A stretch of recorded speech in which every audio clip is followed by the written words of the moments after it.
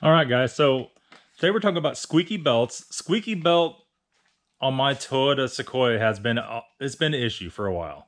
All right, and I started off when I first bought it. It had a cheap belt on it. I replaced it with a good belt, and it stopped squeaking for a while, and it came back. All right, so I'm going to show you today how to diagnose whether it's a belt or a pulley.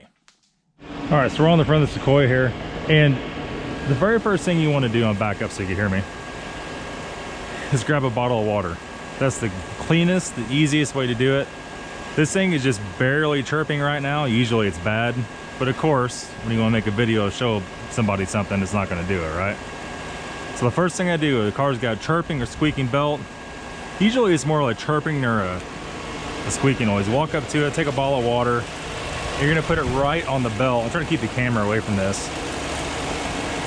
And you're going to hear right away if it's chirping or squeaking. It's either going to go away or it's not, right? So anytime anybody has this problem, that's the first thing I do is grab whatever I'm drinking, usually a bottle of water.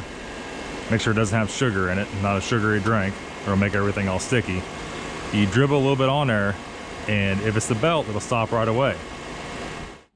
So I'll jump inside here to a different car. This one's a little more opened up. You can see a little bit better. It could also be the idler pulley or the tensioner. And this pulley here actually puts tension on the belt. Not strong enough to push it down. However, when you dump water on it and it stops, you know it's something to do with the belt, right? So you got two things. If it is a belt issue, either you have a cheap belt on it or the belt on it is done, right? It has a buildup. Now there is a couple other stipulations to it. If you have a metal pulley, there could be buildup on the pulley, which in fact would make the water make it stop squeaking. But then again, it would still be a pulley, needs to be replaced. If that makes any sense. And what I'm talking about on that is these are plastic pulleys. You get the idea. On the top of the plastic pulley or the metal pulley, like where the belt rides, if it's a metal pulley, it could get a buildup on it, and therefore it would kind of fool you into thinking the belt's bad. But usually, if it's built up enough to make it squeak, you probably need to do the belt and a pulley at that point. Better explain to you, if the pulley has buildup on top in this area where the belt rubs against it, usually it's on the back side, on the slick side. It's not on the groove side. That could also cause that problem. So in theory, whenever you put water on it, it would make that wet and it would stop squeaking also.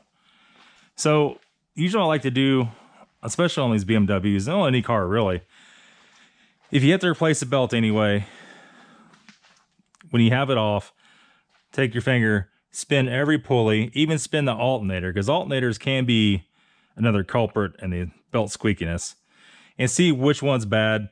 If your car is a mechanical water pump like this one, spin it, make sure the bearing feels good on that. Take a look at all the pulleys, make sure there's not a bunch of metal build up, it doesn't look weird, it's not lumpy, and disinspect everything. So yeah, hopefully that makes sense to you guys. It's not always what you think it is. It could be many different things, but that's how I diagnose exactly what it is. Make sure you can diagnose it without taking it apart to start with, so whenever you get parts and you put the new belt on, the new parts on, you know you got it all. You don't have to leave the car down, go to the parts store, come back, and do that kind of crap. That's going to be it, guys. Hopefully this helps you guys a little bit on the squeaky belt problem. We'll talk to you later.